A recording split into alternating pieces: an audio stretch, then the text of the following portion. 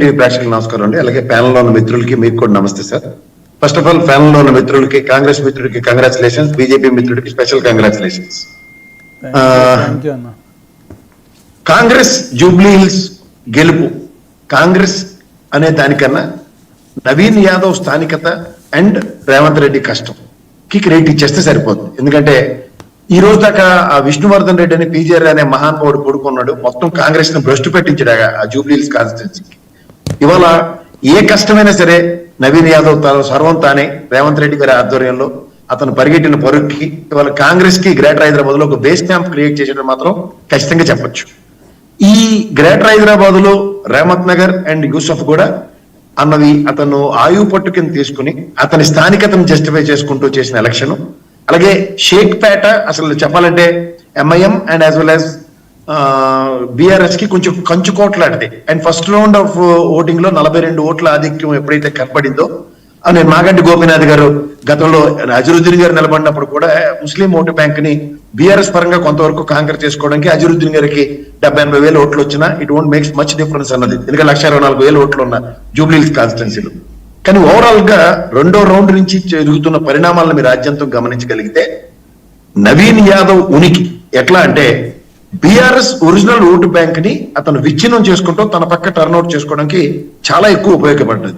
అది ముఖ్యంగా బోరబండ గాని, వెంగళరావు నగర్ గాని, నెక్స్ట్ ఎర్రగడ్డ ఒకటి, యూసఫ్ కూడా రేవంత్ నగర్ తన స్థానికతతో మొత్తం ఓటర్ ని టర్న్అవుట్ చేసుకున్నాడు. అది అతని సక్సెస్ కిందే చెప్పాలి. అండ్ మోర్ ఓవర్ ఇవాళ ఈ ఎలక్షన్ ఏదైతే ముఖ్యంగా తను పరిగణలోకి తీసుకున్న సునీతమ్మ ఇది ఎట్టి పరిస్థితుల్లో తను కాంకర్ చేయగలదు అనుకున్నది కూడా.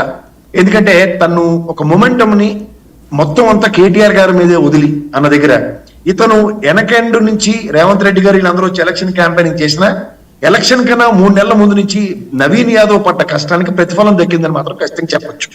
అది సాధారణంగా మాలాంటి పొలిటికల్ విశ్లేషకులు చాలా మంది కూడా ఒక 5,000-10,000 మెజారిటీ అన్న దగ్గర 26,000 పైచీలకు ఓట్లు రావడం అన్నది గణనీయమైన కాంగ్రెస్ యొక్క దాన్ని ఏమంటారంటే బేస్ క్రియేట్ చేసుకుందని చెప్పొచ్చు. తర్వాత యాంటీ ఇన్కంబెన్సీ అన్నది ఈ 2 ఎలక్షన్లు బీహార్ ఒకటి, ఇక్కడ జూబ్లీ హిల్స్ అనేది చూసుకుంటే ప్రభుత్వ వ్యతిరేకత అనేది ప్రజలు ఎక్కడా దాన్ని ఒడిసి పట్టుకోలేకపోతున్నారు.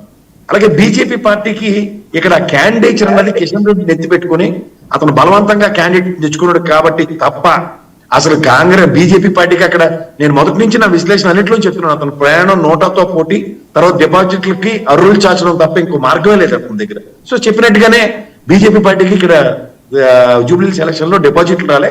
అండ్ వాళ్ళ ప్రెజెన్స్ గత 78 సంవత్సరాలు అసలు లేనే లేదు ఫిజికల్ ప్రెజెన్స్. తర్వాత దీపక్ రెడ్డి అనే క్యాండిడేట్ చాలా వీక్ క్యాండిడేట్. అతన్ని కిషన్ రెడ్డి గారి ఆబ్లిగేషన్ తో బీజేపీ భరించవలసి వచ్చింది. వాళ్ళు ఎంత గ్రాస్ రూట్ లెవెల్లో కష్టపడి పనిచేసినా సరే, ఈవెన్ రామచంద్ర గారు అందరూ కూడా కష్టపడినా సరే ఫలితం మాత్రం ఆశించడానికి లేనేలేదు. అదే విధంగా బీహార్ ఎలక్షన్ చూసుకుంటే సార్ ఈసారి నుంచి ఎలక్షన్ నోటిఫికేషన్ ఇచ్చి మనకి సంక్రాంతి అలాగే దీపావళి నెక్స్ట్ పెద్ద పండుగకి ఎలాగో సెలవులు ఇస్తారు చూడండి, ఆగస్టు 15కి అలాగా ఎలక్షన్ కమిషన్ కూడా సెలవులు ఇచ్చేస్తే బెటర్. ఎందుకంటే 20 సంవత్సరాల నవీన్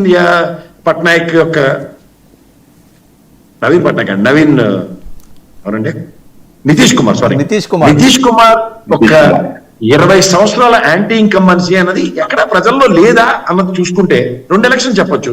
2019లో పసుపు కుంకుమ ఇచ్చిన చంద్రబాబు గారికి 23 స్థానాలకు పరిమితం చేసిన భారతరావని బీహార్ లో వచ్చేసరికల్లా 10,000 రూపాయలకి 202 సీట్లు ఇస్తారా అన్నది ఒక ప్రశ్న.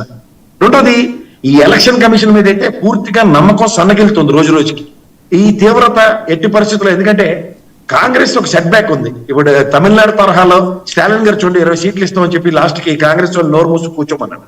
నోరు మూసుకుని కూర్చున్నందుకు స్టాలిన్ గారు వచ్చి ఐఎన్డీఏ కూటమిలో స్టాలిన్ గారు డిఎంకే సపోర్ట్ చేస్తోంది. కాదు గారు, ఇప్పుడు తెలుగుదేశం పార్టీ కాదు కదా, వైఎస్ఆర్సీపీ కూడా అదే పరిస్థితి.